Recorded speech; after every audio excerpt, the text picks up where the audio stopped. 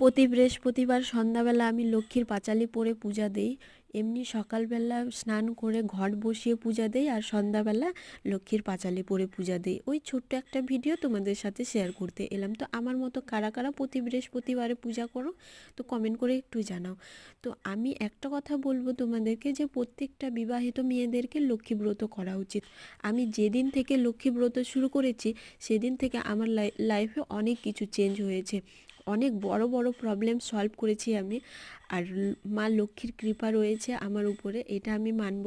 তো এটা আমি শিখেছি আমার মার কাছ থেকে। আমার মাকে দেখতাম আমি বাবার বাড়িতেই যেভাবে পূজা দিত, তো সেইভাবে আমিও শিখেছি। মাই আমাকে বলেছিল তোরও যখন বিয়ে হবে তখন তুই লক্ষ্মী ব্রত করবি প্রতি বৃহস্পতিবারে।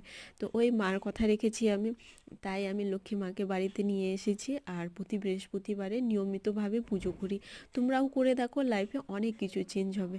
তো দেখো, তোমাদের সাথে কথা বলতে বলতে আমার পুজো করাও হয়ে গেল।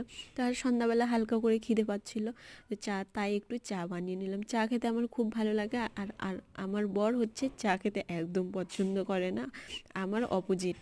তো একটু করে চা বানিয়ে নিলাম। তারপরে হচ্ছে ভাত রান্না করতে হবে। আমার বরের বাড়ি আসতে আসতে প্রায় রাত 8টা বেজেই যাবে। ততক্ষণে আমি আরামসে বসে চাটা খেয়ে নিই, তারপরে আরাম করে ভাতটা রান্না করব। তো আজকে বৃহস্পতিবার আমাদের নিরামিষ চলে, তো তাই ভাবছিলাম আজকে কি রান্না করব।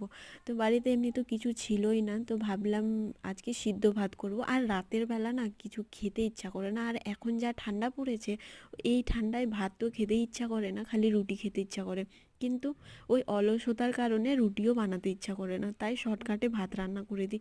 তো তার জন্য ভাবলাম আজকে আলু সিদ্ধ ভাত করব, আর কিছুই করব না।